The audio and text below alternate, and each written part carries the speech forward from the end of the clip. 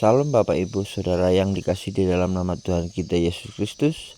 Saya akan membacakan Alkitab dari Kejadian pasal 2 ayat yang ke-8.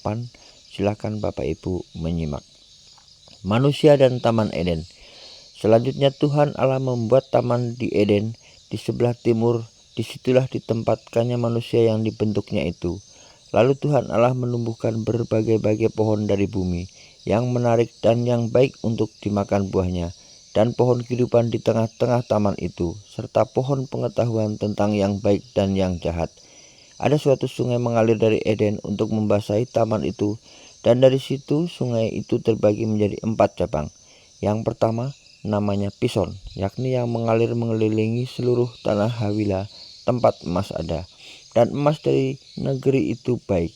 Di sana ada damar bedola dan batu krisopras. Nama sungai yang kedua ialah Gihon, yakni yang mengalir mengelilingi seluruh tanah Kus.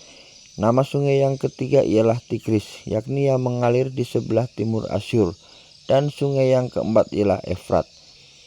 Tuhan Allah mengambil manusia itu dan menempatkannya dalam Taman Eden untuk mengusahakan dan memelihara taman itu. Lalu Tuhan Allah memberi perintah ini kepada manusia. Semua pohon dalam taman ini boleh kau makan buahnya dengan bebas. Tetapi pengetahuan tentang yang baik dan yang jahat itu janganlah kamu makan buahnya. Sebab pada hari engkau memakannya pastilah engkau mati. Tuhan Allah berfirman, tidak baik kalau manusia itu seorang diri saja. Aku akan menjadikan penolong baginya yang sepadan dengan dia. Lalu Tuhan Allah membentuk dari tanah segala binatang hutan dan segala burung di udara. Dibawanyalah semuanya kepada manusia itu untuk melihat bagaimana ia menamainya, dan seperti nama yang diberikan manusia itu kepadanya tiap-tiap makhluk yang hidup, demikianlah nanti nama makhluk itu. Manusia itu memberi nama kepada segala ternak, kepada burung-burung di udara, dan kepada segala binatang hutan. Tetapi baginya sendiri ia tidak menjumpai penolong yang sepadan dengan dia. Lalu Tuhan Allah membuat manusia itu tidur nyenyak. Ketika ia tidur, Tuhan Allah mengambil salah satu rusuk daripadanya, lalu menutup tempat itu dengan daging. Dan dari rusuk yang diambil Tuhan Allah dari manusia itu, dibangunnyalah seorang perempuan, lalu dibawanya kepada manusia itu. Lalu berkatalah manusia itu, inilah dia, tulang dari tulangku dan daging dari dagingku.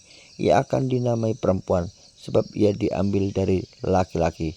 Sebab itu seorang laki-laki akan meninggalkan ayahnya dan ibunya dan bersatu dengan istrinya, sehingga keduanya menjadi satu daging.